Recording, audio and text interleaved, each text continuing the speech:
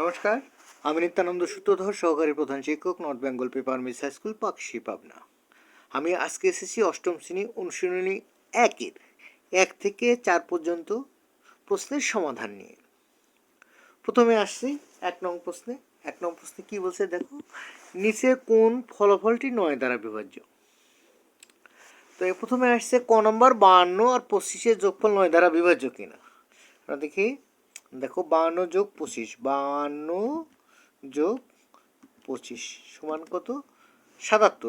এই সংখ্যাটা 9 দ্বারা বিভাজ্য কিনা, এদের যোগফল যদি 9 দ্বারা বিভাজ্য হয় তাহলে 9 দ্বারা বিভাজ্য। 77কে যোগ করলে 7 7 কত হয়?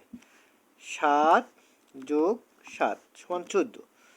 14 কখনোই 9 দ্বারা বিভাজ্য নয়। 14 কখনোই 9 দ্বারা বিভাজ্য নয়, তাইলে আমরা এটা বাদ দিতে পারি। তারপরে আসলো কত দেখো, 527 যোগ 725,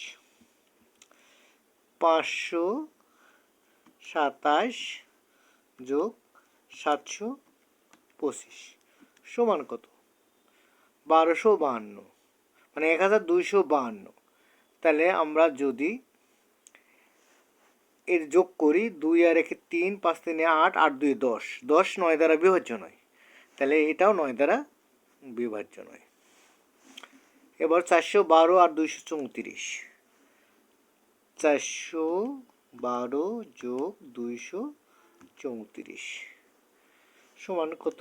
646। তাহলে এটা যদি যোগ করি, 6 4 10 6 16, 16 9 দ্বারা বিভাজ্য নয়, তাহলে এটাও বিভাজ্য নয়।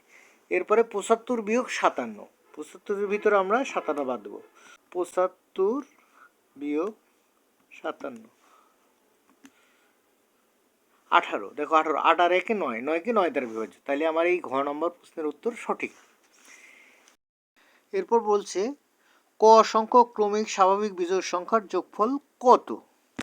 ক সংখ্যক ক্রমিক স্বাভাবিক বিজোড় সংখ্যার যোগফল ক স্কোয়ার। তাহলে এখানে কোথায় ক স্কোয়ার আছে দেখি, ক নম্বরে নাই, খ নম্বরে নাই, গ নম্বরে ক স্কোয়ার। এরপরে প্রথম 3টি বিজোড় স্বাভাবিক সংখ্যার যোগফল একটি পূর্ণবর্গ সংখ্যা, 2 বিজোড় সংখ্যা, 3 মৌলিক সংখ্যা। প্রথম 3টি বিজোড় স্বাভাবিক সংখ্যার যোগফল একটি 1 পূর্ণবর্গ সংখ্যা, 2 বিজোড় সংখ্যা, 3 মৌলিক সংখ্যা। আমরা প্রথম 3টে বিজোড় সংখ্যা কি 1 3 5 যোগ করব। দেখো 1 যোগ 3 যোগ 5 সমান কি 9। 9 হচ্ছে পূর্ণবর্গ সংখ্যা, তাহলে 1 ঠিক। তারপর 9 হচ্ছে বিজোড় সংখ্যা, 2ও ঠিক। 3 মৌলিক সংখ্যা, 9 মৌলিক সংখ্যা নয়, তাহলে আমার উত্তর কি হবে? 1 আর 2। এরপর 4 নং প্রশ্নে আসি। দেখো 4 নং প্রশ্নে কি বলছে, তালিকায় পাশাপাশি 2টি পদের পার্থক্য বের করো এবং পরবর্তী সংখ্যা 2টি নির্ণয় করো। প্রদত্ত সংখ্যাগুলো কি ছিল? 7 12 17 22 27। এখানে দেখা আছে 7 12 17 22 27।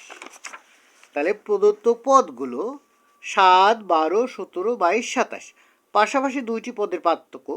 দেখো 7 আছে কত হলে 12 পাবো? 5। 12 আছে কত হলে 17 পাবো? 5। 17 আছে কত হলে 22 পাবো? 5। 22 আছে কত হলে 27 পাবো? 5। তাহলে পাশাপাশি 2টি পদের পার্থক্য হচ্ছে কত? 5 করে। তাহলে দেখা যাচ্ছে প্রতিবারই পার্থক্য 5 হচ্ছে। তাহলে পরবর্তী প্রথম সংখ্যা হবে 27-এর সাথে 5 যোগ করে যত হবে তত। তাহলে দেখা যাচ্ছে কি পরবর্তী প্রথম সংখ্যা তাহলে 27 যোগ 5 32। এর পরের সংখ্যা দ্বিতীয় সংখ্যা, এই 32-এর সাথে আবার 5 যোগ করতে হবে। তাহলে পরবর্তী দ্বিতীয় সংখ্যা 32 যোগ 5 37। উত্তর 32 ও 37।